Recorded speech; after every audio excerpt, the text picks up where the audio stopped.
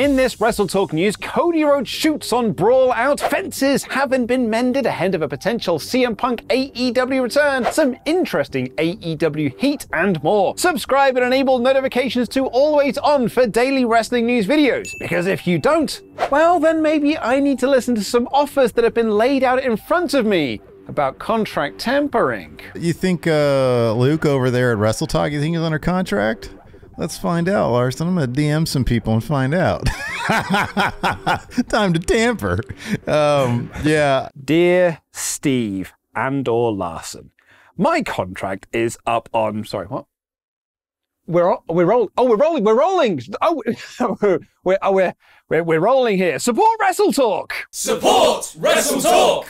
CM Punk last stepped foot in an AEW ring on September 4th, 2022 when he won the AEW World Championship for a second time from Jon Moxley. He then had an explosive post-show media scrum where he lambasted the elite, other members of the AEW roster, and ate a muffin. It was a promo that not only sent shockwaves through AEW, but through his own face, as it led to a backstage fight between himself, the elite, and his friend Ace Steel. All parties, including those that broke up the fight, were suspended and stripped of their titles, as the Elite had won the Trios Championships that same night. The Elite were brought back to AEW a few months later, competing at the next pay-per-view Full Gear, and have been regularly on TV ever since, even referencing the backstage fight in a match with Death Triangle during a show in CM Punk's hometown of Chicago. Ace Steel was fired, but there have been questions about what Tony Khan would do with CM Punk. Punk was a huge draw for All Elite Wrestling, which he himself has posted about on Instagram recently. But he's also sidelined with an injury that he picked up during that match with Moxley, his second major injury in the span of just a handful of months. There have been rumors and reports in September last year from everything between a contract buyout to a return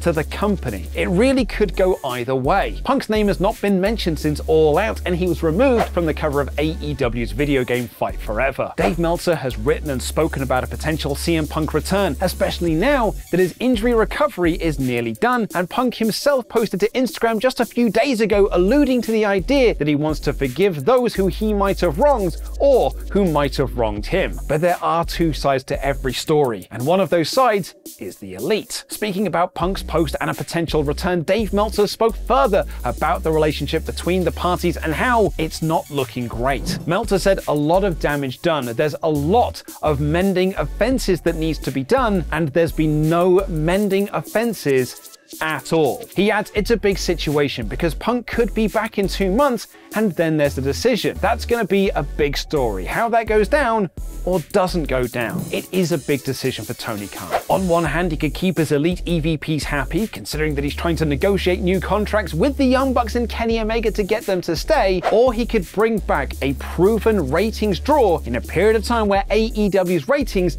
are not at their strongest. And it's quite an important time as it's TV contract renegotiation season. Dynamite's ratings last week were only slightly down from the week before, but they're 20% down year on year. Fascinatingly, the lowest rated segment on the show was the Elite match with Top Flight and AR Fox. It was even worse news for Rampage, which fell below 400,000 viewers, down 31% from last year. A CM Punk return would change that. I mentioned earlier that Konnan AEW are negotiating new deals with the Bucks and Omega, who are EVPs within the company. And a former EVP of AEW recently spoke about Brawl Out and how it has affected the company, ahead of him main eventing WrestleMania for the rival promotion.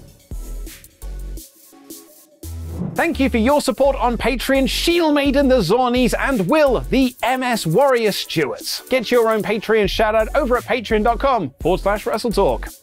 Cody Rhodes leaving AEW and re-signing with WWE last year was such a big story that it overshadowed the in-ring return of Steve Austin, but somehow was only the third maddest thing that happened in 2022. It was a story that seemed so unlikely a lot of people downplayed Sean Ross Sapp's reporting of it. But it did happen, and just a few months later, Brawl Out took place, and suddenly Cody Rhodes looked like the smartest man in the room. There had been rumors and speculation for a while that he wasn't on the same page as Omega, the Bucks, or Tony Khan anymore, and some have even speculated that he left AEW because he could see the writing was on the wall for a troubled promotion. And now Cody has spoken about all that went down in an interview with Ariel Helwani and was candid in saying that the situation made him feel bummed out. I remember someone texted me, "Man, you're the smartest guy in the room." And I wanted to write back like, "F you, man." I didn't feel that way. I feel this thing we built got damaged, and I'm not putting any blame on anybody, but I just hated seeing that because as the company grows, and I hope it continues to grow, I hope people remember the mission in the first place,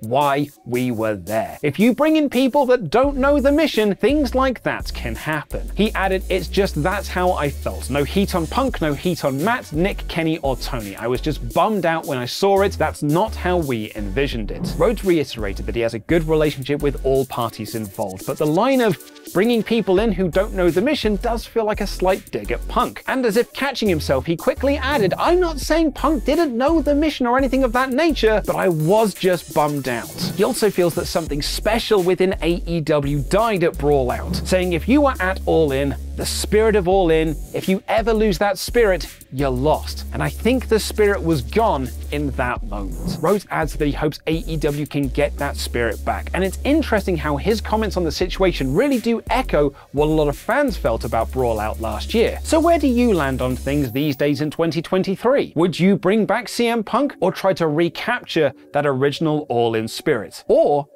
can you have it both ways? Let me know in the comments down below. Speaking of heat, and there were some choice words about AEW's Konosuke Takeshita on Keeping It 100 podcast. And for the first time in seemingly forever, it wasn't Disco Inferno that said something stupid. Konnan was seemingly very angry about Takeshita doing an Eddie Guerrero tribute in El Paso in his Dynamite match against MJF. On his podcast, he said, "Well, Takeshita, he's got heat with me. He's lucky I wasn't in El Paso because when he went up, and he did the Eddie Guerrero thing for the frog splash. You're not Mexican, dude. I don't care. Stick to your nationality." AEW's Miro jumped to the defense of Takeshita, noting that Konnan wouldn't last 10 seconds in the ring with him. But Konnan has since retracted his thoughts, however, posting on Twitter that the Takeshita thing was just a joke. Like I'm really gonna get mad over him doing a frog splash.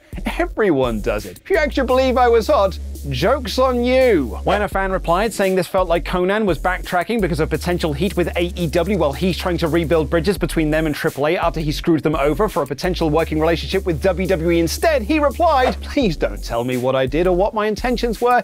If you don't think it was a joke, that's on you." Guys, it was all just a joke. Of course it was a joke. No backtracking there whatsoever. And if you need proof of that, here's Disco Inferno unblocking Wrestle Cringe just to tell them that it was a joke. And if there's one person you can trust in this world to be 100% honest, it's Disco Inferno. Konnan was recently reportedly backstage at a taping for AEW Dark to try and smooth over the relationship between AEW and AAA, especially as he wants to bring in Kenny Omega to face Vikingo for the AAA Mega Championship. But it's not just AEW that WWE has heat with, as a lawsuit against them has now been thrown out of court.